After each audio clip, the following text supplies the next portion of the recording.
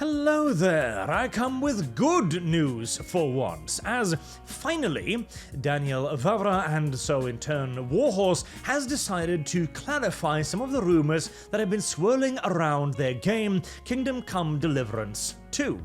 That game has kicked up quite the storm surrounding it, with many rumours, screenshots and half-truths, as a lot of it is true, but they've been misrepresented or misconstrued, or simply, well, when you feed a half-truth into the rumour mill, you're gonna get something interesting coming out the other end, as gay sex is confirmed, but, as I said in the previous video, I would prefer if it was optional, it is. Unskippable cutscenes has been unconfirmed, and the black dude has also been confirmed. So that's exactly what I was saying, right? Half-truths. And a lot of that, and I gotta admit here too, he says, it is time to address wild claims some people spread that are apparently based on just one screenshot and a poorly translated tweet. Now, not quite. See, the whole outrage around this is I gotta put the blame at Warhorse here, or at the very least at their community management studios, because they chose to dance around the issue. They chose to not address it, and clearly there were contractual reasons, which is why we are finally doing it now, and thank you for that, by the way. But this was very much so a storm, at the very least in part, and large part, of Warhorse's own making, but enough preamble. There are no unskippable cutscenes in our games. Anybody who claims otherwise never played them. We are not, nor ever, will we ban any country, at least not that we know of. I know you are going to be banned in Saudi Arabia. I guarantee you that. Because there is a gay sex scene. They mentioned that later down here, and that is not legal in Saudi Arabia, so you are going to be banned at least there, I guarantee it. That is true. Perhaps you are not banned yet, but you will be. Unless you manage to get some kind of special exemption, I guess, or patch the game to be different in Saudi Arabia. 3. As much as I don't like the forced diversity, nobody was forcing us to do anything. We're not forcing anything to do certain things. 4. Gay characters were already in Kingdom Come Deliverance 1. They were. I think they were the one of them. And 5. KCD2 is an RPG if you're responsible for your decisions. If you want Henry to try a same-sex adventure, feel free. If you don't want to, you don't have to. All affairs are and were purely optional. The characters are perfectly aware that it was a forbidden sin. So there you go. There is a gay sex scene. There is a same-sex relationship, which there was not in Kingdom Come Deliverance 1. Now, we could delve into a whole discussion about whether or not this is diversity light and so on, and there are arguments to be made both for and against it, but as I've said previously, my stance on this is simply that if you want to have the option, have the option.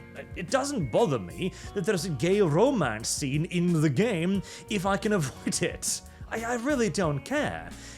It's a bit annoying if it's as obvious as in Mass Effect, was it 3? You know, where the giant gay dude's like, come on, let's play fight. That was weird.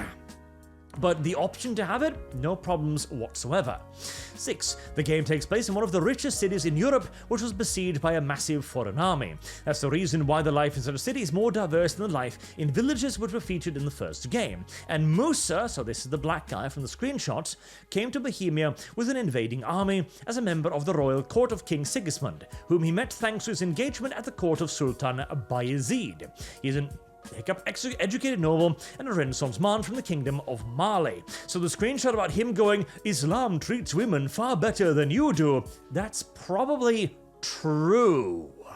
Now again, I will happily argue against that point. But it makes sense. A man from an Islamic faith, from a Muslim country, would see the cultural differences and go, no, we're treating women way better. In fact, he'd make the argument that covering them up is treating them better, in fact. Because that is his point of view. And it's entirely possible that in a major, huge metropolitan city at the time, there would be a black guy or two, particularly in the court of a king. I'm happy with that. That makes sense to me. At the same time, Musa is a very unusual figure for the local Bohemian folk, and many of the situations around him in the game stems from this, so his presence makes sense and creates a lot of interesting situations in the game. The way he talks and behaves has a reason. There you go. That is all you needed to explain. And that's the thing that annoys me about this as well, because it's created this kind of hostile environment, as Daniel Vávra as well has been a bit hostile about it. Like, oh, why are you reading into this? Like, why are you misinterpreting us? Because you haven't given us any other explanation up until now. And this is what everybody wanted, for you to simply go, oh yeah, there's a black dude in the game, but he's in the court of a king. He's a physician imported because of his skills at being a medic. Okay, there you go. Problem solved. It is all explained now, no worries left. Everything displayed corresponds to the morals and social norms of 1403 Bohemia, and is only there to make an interesting story and not at all to appeal to a modern audience. We don't want Kingdom Come Deliverance to be used as clickbait by people who didn't even play it yet, and there you go. It's like, why are you misconstruing this? Dude, we don't have a magic ball, and you need to understand that as well. Some of them sadly turn into exactly the same narrative they pretend to be fighting against. The amount of hateful behavior is really sad and will damage any cause associated with it. Again, I don't think any of the YouTubers who cover this needs to take any of the blame for your community management team's incredibly poor communication. And, they also don't address the updated community rules here at all either. So we still have a community rules that could have simply been boiled down to no politics, no religion, but then instead goes on to go, and no skinheads. Oh, shit. Well, again, you've told the 0.2% of the population in 2025 that identifies as skinheads. Good job. And I also want to mention Grumser's tweet here. So he talked to somebody who had played the game and had finished it. So Henry can romance other characters in the game. Henry can romance another male, however this is not forced upon the player in any way. Similar to how BioWare did romance text, you must A, initiate the dialogue, and B, pass around 5 dialogue choice romance texts to actually get it. Because again, gay romance is very weird. And this is exactly what I've been argued for as well.